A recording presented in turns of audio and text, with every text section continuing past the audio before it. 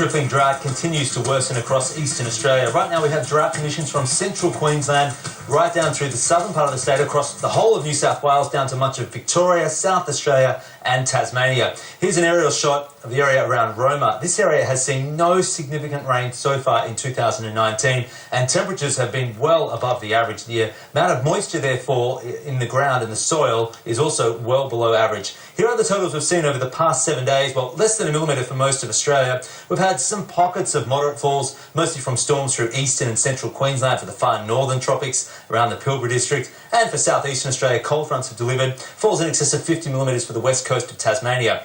But for our capitals, just as an example, Melbourne, Darwin, only 3 millimetres over the past week. Brisbane's had 1 millimetre. Sydney, 0 millimetres of rain over the past 7 days. Let's get to the forecast. We've got a trough that's moving through New South Wales. That will trigger showers and storms on Tuesday, just around the central eastern part of the state. It's a little pocket. There'll be isolated heavy falls, but there's really not much in it. That activity continues on Wednesday through eastern New South Wales. But for the rest of central and southern Australia, there's not a lot of rain, although a front will bring further showers to western and southern Tasmania.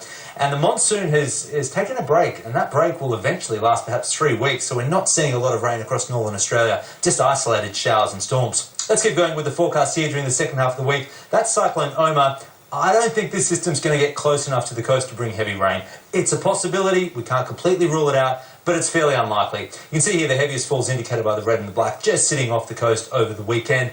But the rest of the country, again, it looks very dry. Let's talk totals. Tuesday, an average of 1 to 5 millimetres for parts of eastern New South Wales. If you get a storm, though, maybe 10 or 20 millimetres of rain. Some light falls for western Tasmania, a few millimetres there, and storms across the north. On Wednesday, again, it's eastern New South Wales, an average of 1 to 10 millimetres there. Thursday, onshore winds, showers along the New South Wales coast. Otherwise, central and southern Australia is completely dry. Those showers creep further north on Friday, 1 to 5 millimetres for the southern Queensland coast, but it is dependent, I suppose, on exactly how close to the coast Cyclone Omar eventually does become. Sunday, there's the risk of heavier falls, that's the darker green, but we could see almost completely dry conditions if that system is offshore. Sunday, it's the same forecast. Altogether then, over the next 8 days, southeast Queensland, what we're looking at here is 50 to 100 millimetres of rain. They may get less than 10 millimetres. They may get over 100 millimetres of rain. We're just going to have to watch Cyclone Omar. We should see at least 10 millimetres for most of the New South Wales coast, but for the inland areas, the drought is likely to worsen in the short term.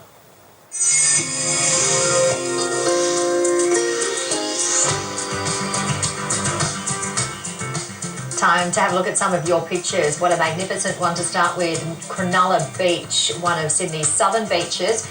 North Cronulla surfboat team, they're practicing for the International Surfboat Championships.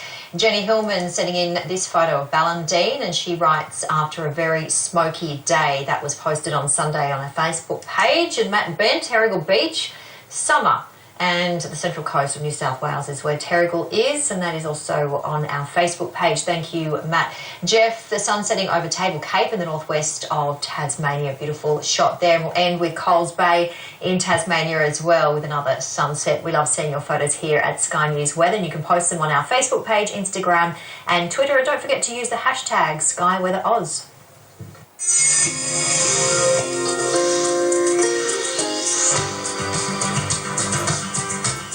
The fire threat will remain high through northern New South Wales and southern Queensland for the next couple of days due to an ongoing heat wave. We're looking at maximum temperatures Tuesday and Wednesday easily above 30, more like 40 degrees in some areas. Thankfully, we're not expecting strong winds as we saw during the middle of last week when these fires first started to move through the region.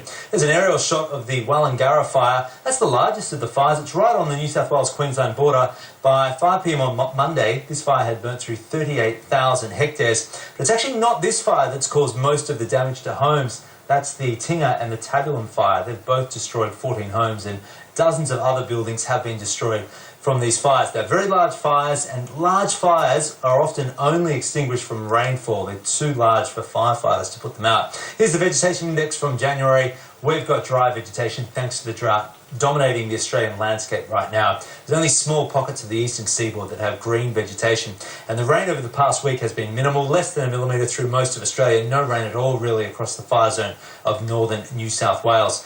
We're expecting a hot day on Tuesday through Queensland and northern New South Wales. That red shading shows temperatures over 40, but note that the isobars are spaced apart. It will not be windy, so the fire dangers will be very high. That's the yellow shading, but they're not expected to be severe or extreme. But still, when the fire dangers are very high, fires are fast moving and difficult to control. eventually on Wednesday, some cooler southerlies will move through northern New South Wales. We're still expecting maximums over 35, but we'll just start to cool down there. You can see the area of very high fire dangers just contracting onto the western side of the northern ranges. Still very high fire dangers for central and southern Queensland, and severe fire dangers the next couple of days through small parts of WA. And just finally, again on Thursday, cooler conditions for northern New South Wales, but still over 35 for Queensland. The fire dangers should be very high only for one district of New South Wales, but remaining very high through many parts of Queensland. Just